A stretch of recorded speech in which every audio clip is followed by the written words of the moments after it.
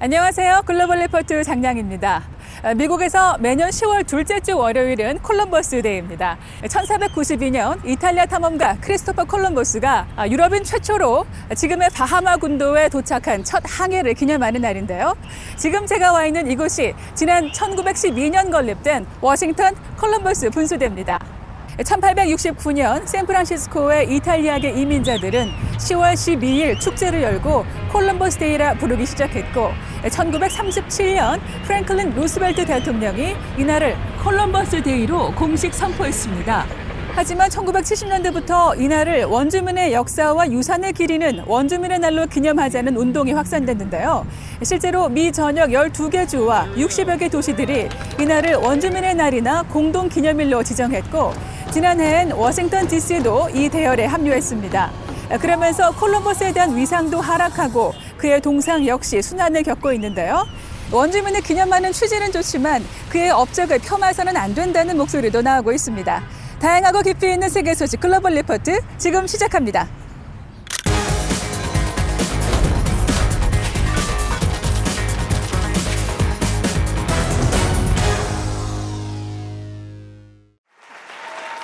지난 1차 대선 후보 토론은 끼어들기와 막말이 난무하며 혼란스럽게 진행돼 비판이 쏟아졌는데요. 그 때문인지 부통령 후보 토론은 비교적 정돈된 분위기 속에서 토론다운 토론이 이뤄졌다는 평가를 받았습니다. 하지만 구체적인 쟁점을 놓고는 한치의 양보도 없는 난타전이 벌어졌습니다.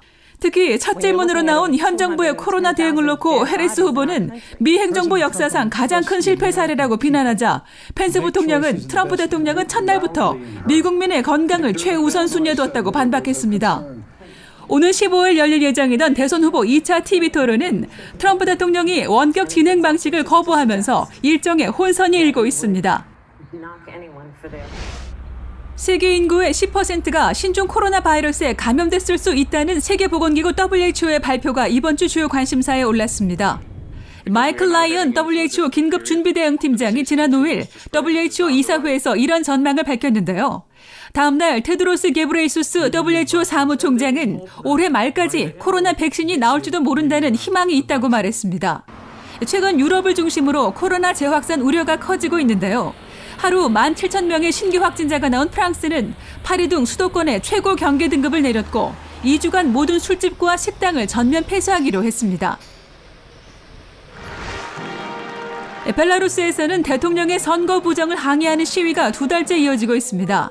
알렉산드로 루카셴코 대통령이 지난달 23일 취임식을 강행하고 6번째 임기를 시작하며 시민들은 연일 거리로 나오고 있는데요.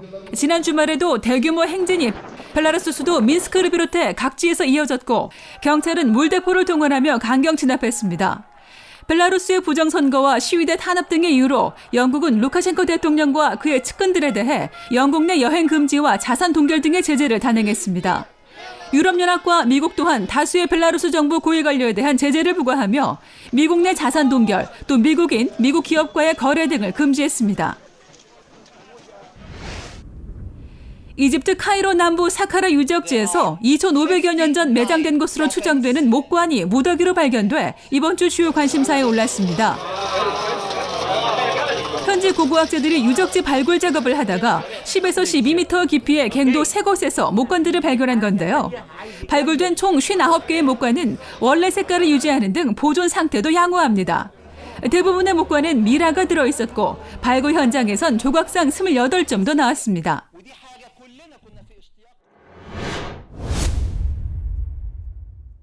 Nobody that's a leader would not do what I did. And I know there's a risk, there's a danger, but that's okay. And now I'm better, and maybe I'm immune, I don't know.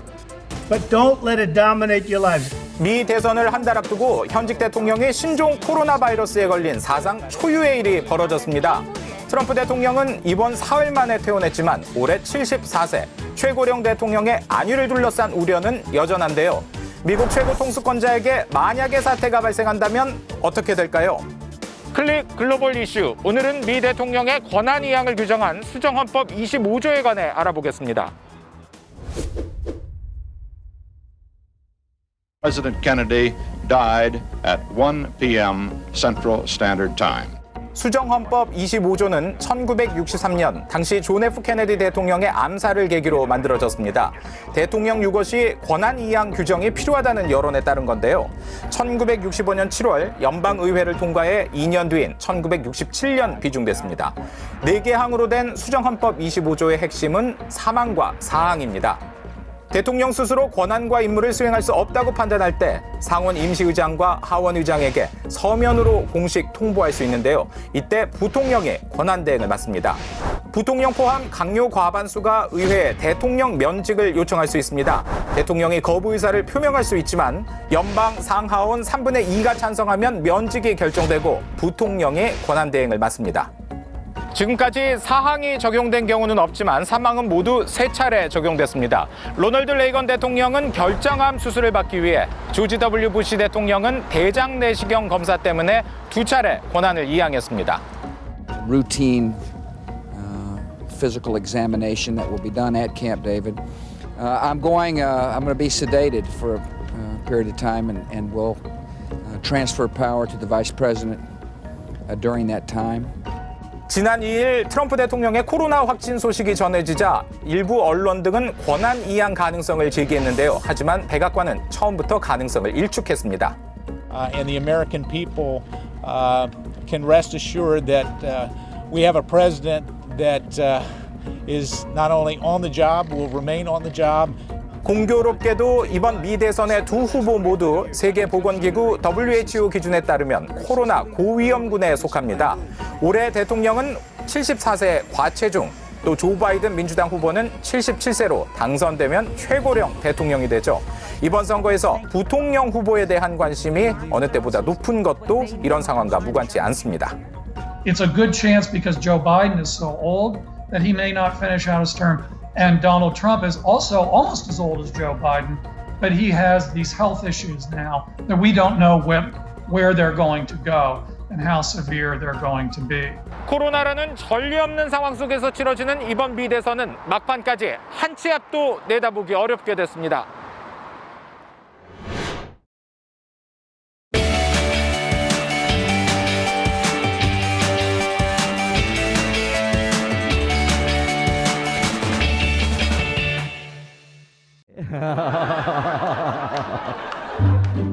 Laughter is so important. Laughter is medicine. Laughter is the shortest distance between two people. One of the best gifts we've ever been given. I've been doing stand-up for 15 years, so I've seen all different kinds of laughers. There's the inside laugher, they don't make any noise. They're always just like insecure, touchy laughers. They always need reassurance. They always, did you see that? Like, yeah, I heard that. We're at the same show.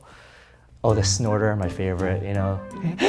It's like such a compliment when you get a snort, except you feel bad for their spouse. You're like, dang, like every morning, honey. I'm like, oh my God. I was born and raised in Burbank, California, right here over the mountain. And I'm the last of 5 kids, 2 older brothers, 2 older sisters. They're all 2 years apart, and I'm the 5th. I'm 10 years apart, so I'm an accident. Pretty obvious, you know. So when I was a kid, I asked my dad, you know, Appa, am I an accident? And he said, there are no accidents in God's kingdom, only regret. My dad was the pastor of a huge church, so being a preacher's kid, you're not allowed to listen to the radio, watch, you know, certain kinds of TV. So the first time my friend let me listen to Eddie Murphy, Delirious, on tape, and he's just cursing and he's just making everybody laugh. I was like, wait, what is this? Preachers always said what you're supposed to say. You have to stick to the guidelines. But comedians always said what people were thinking but were afraid to say. A lot of times I was the only Asian amongst a lot of white kids. I was really skinny. They call me chopsticks, Indiana bones, chicken legs. You know, like I was the skinniest kid. Like you could tie a string around me and I just fly away like a kite. I was so skinny. I was bullied. Always made to feel inferior, even though they weren't even doing it on purpose. That's how I started doing comedy, because I could take away the power of that, them making fun of me, by being funny. I have kids. My last name's Kim. I really wanted my son to be a leader, so I was going to name him Martin Luther Kim. My second choice was Abraham Lin Kim, but we didn't want to put pressure, so we named him Lion. He's the Lion Kim. I have the best parents and best older brothers and sisters ever. I've had so many conversations with friends who've had just so many bad family situations, like most. My dad was worried, but I'm always gonna be thankful because he came to one comedy show and then he died suddenly after. So I'm always gonna have that memory of him. He came. When I walk onto the stage, I used to get butterflies, but I performed for so long now, I don't feel that anymore. But it's the best rush, and by far, making people laugh and helping them forget about their problems is the best drug.